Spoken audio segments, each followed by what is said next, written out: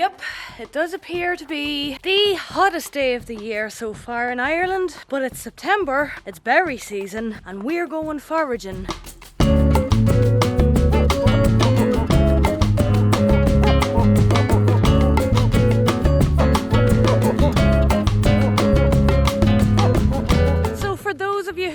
Into foraging, or who just like to do a little bit and are maybe wondering about this winter berry tonic that I'm trying to put together, it's basically to have a shot of vitamin C that is as natural and delicious as possible for when autumn and winter kicks in, and it's easy to pick up colds and flus, and it's good just to get a boost for the old immune system, and also to keep the scurvy away, you know yourself. Some might say there's easier blackberries than the one growing in a holly bush. I say they don't know what they're talking about. They're the sweetest ones of all.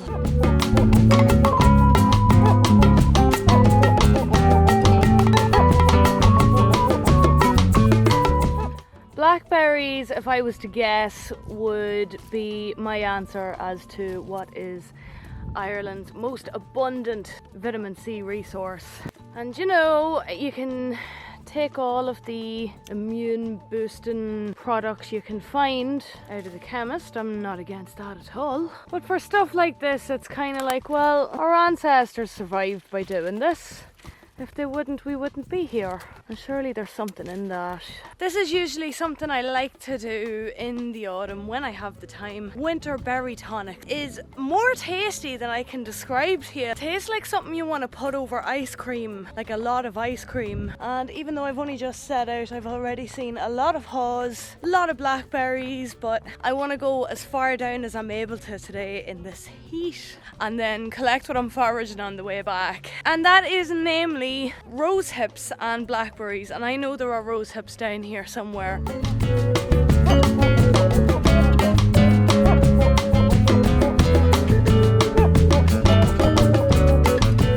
See all those tiny little red things? Rose hips. I didn't bring a tripod. I had enough to carry, so I'm gonna have to stick you down on the ground somewhere. Right, hang on. Got my trusty snips.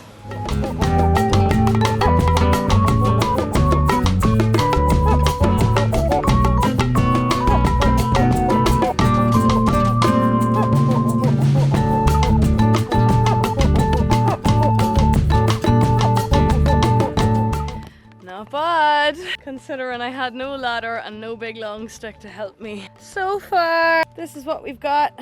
Looking pretty good.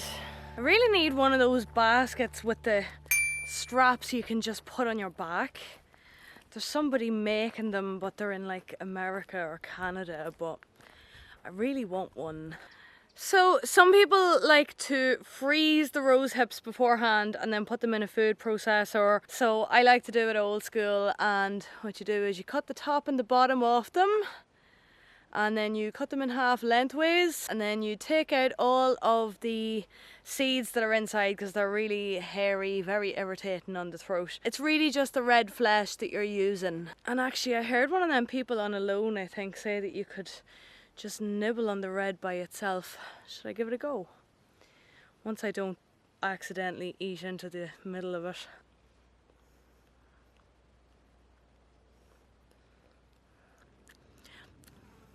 Not much of a taste when they're like that, and I've already kind of chewed a bit in. I don't really want a chance going any closer in case I hit hairy bit. I don't know, I've never actually done that before. Alright, well I'm just gonna finish picking the last of the rose hips here, and then it's definitely time to get home for a cup of tea. Just wish me good luck that I won't fall into any of these ditches here. This entire magic laneway is flanked on both sides by drains, quite deep ones too, so yeah, good luck to me.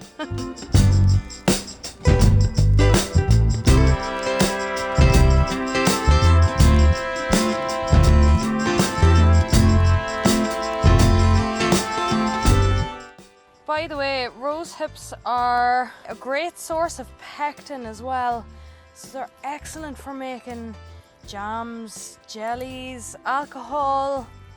I even saw in one article that they can be used for bread making. I don't really understand how that works. I'm not much good with bread. Do let me know in the comments, please.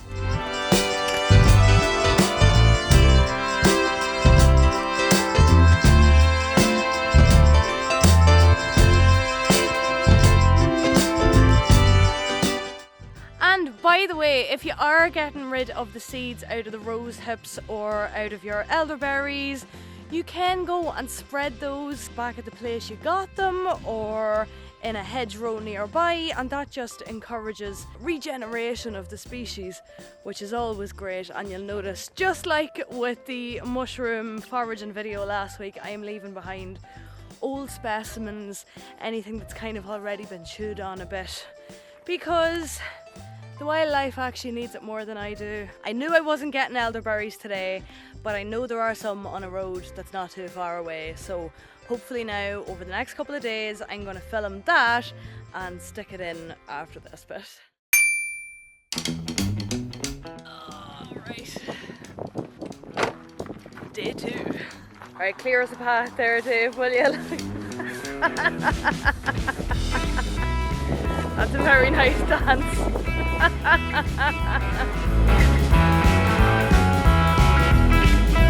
So we're just out gathering the elderberries now. These are what brings great richness and depth of flavour to your syrup.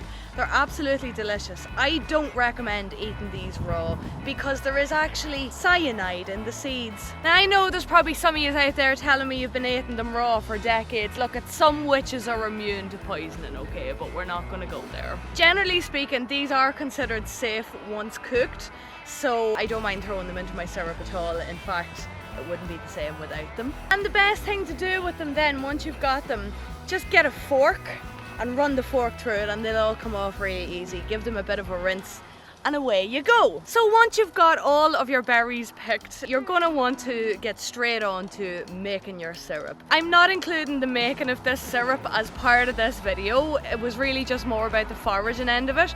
But if you'd like to see the recipe that I am using to make this winter berry tonic, it's actually one of the recipes included with my upcoming Irish Herb Magic at Samhain course with the Irish Pagan School. That's an online course, so if you'd like to learn my exact recipe, check it out. On the 24th of September, I'm once again collaborating with the Irish Pagan School for an online class entitled Herb Magic at Samhain. Connect with your ancestors and the magic of Samhain by delving into the Irish landscape and learning what herbs and foods were important at this time of year and why. From fortune telling to Bronze Age brewing, this season and its flora have always played a prominent role in the Irish calendar and in her pagan practices.